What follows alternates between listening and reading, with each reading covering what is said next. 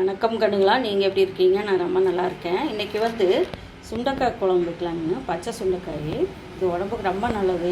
வாய் புண்ணு, வயிற்று புண்ணு இதெல்லாமே நல்லா ஆயிரும். இது எப்படி செய்யுதுன்னு பார்க்கலாம் வாங்க, வீடியோக்குள்ளே போகலாம். எடுத்துருக்கேன் பச்சை சுண்டைக்காய்ன்னு, இது ரொம்ப நல்லது. புளிக்குழம்பு மாதிரி வைக்கலாங்கன்னு. இது எப்படி வைக்கிறதுன்னு பார்க்கலாம். சுண்டைக்காய் குழம்புக்கு தேவையான பொருட்கள் என்னென்னு பார்த்துடலாம்.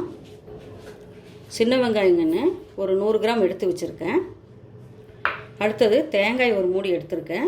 கொத்தமல்லி பொடி ஒரு 1.5 ஸ்பூன் எடுத்திருக்கேன். அடுத்தது சாம்பார் தூள், நம்ம சாம்பாருக்கு போடுவோம்ல அந்த தூள் வந்து ஒரு 1.5 ஸ்பூன் எடுத்திருக்கேன். அடுத்தது சீரக மிளகு சேர்ந்து ஒரு 1/2 ஸ்பூன் எடுத்திருக்கேன்.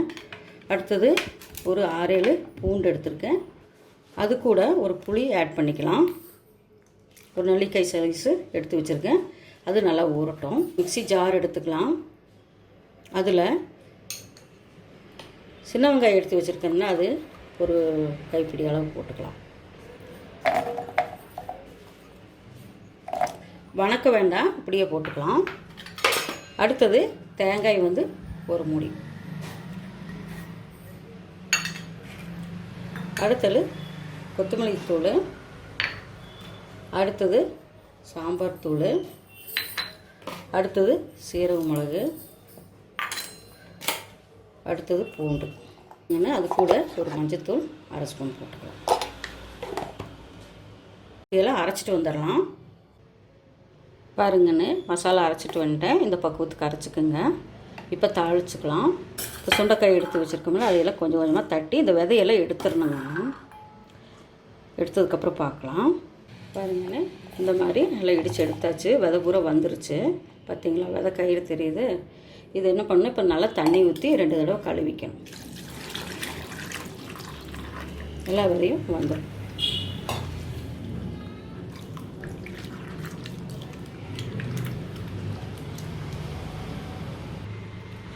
பாருங்களேன், இந்த மாதிரி நல்லா பளிச்சுன்னு கழுவி எடுத்துக்கலாம்.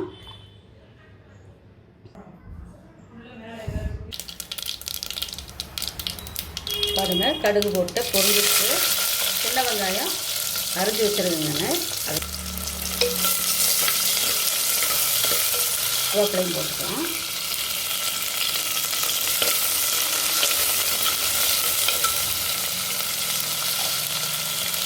அது கூட தக்காளி கன்று ஒரு 1.5 தக்காளி அரைச்சி வச்சுட்டு அதையும் போட்டுக்கலாம். நல்லா வணங்கிக்கணும்.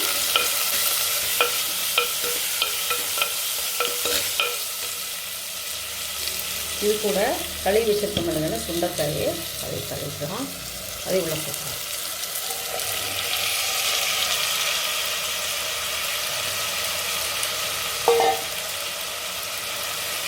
நல்லா வணங்கட்டும். எண்ணெயிலே நல்லா வணங்கணும்.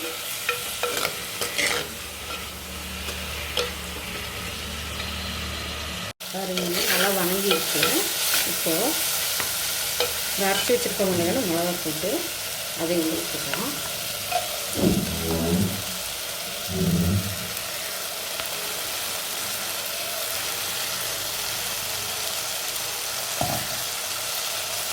இப்போ மிக்ஸி ஜாரை கழுவி தண்ணி ஊற்றிக்கலாம்.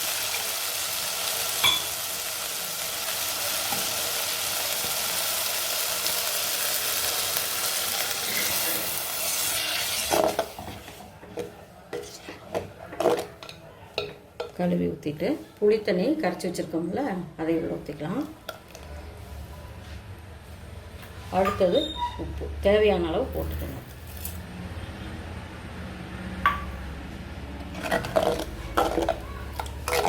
இன்னும் தண்ணி ஊற்றிக்கலாம். கொஞ்சம் தண்ணியும் இல்லாமல் ரொம்ப கெட்டியாகவும் இல்லாமல் ஓரளவுக்கு மீடியமாக வச்சுக்கலாம் குழம்பு. இப்போ நல்லா கொதிக்கட்டுங்கன்னு தட்டு போட்டு மூடிடலாம். பாருங்க, குழம்பு நல்லா கொதிக்குது.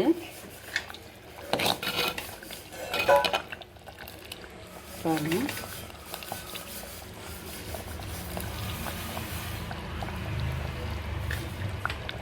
இந்த டைமு கொஞ்சம் சிம்மில் வச்சுக்கலாம். எண்ணெய் கொஞ்சம் நல்லா பிரிஞ்சு வந்துடுச்சு. போதும், ஸ்டவ் ஆஃப் பண்ணிடலாம்.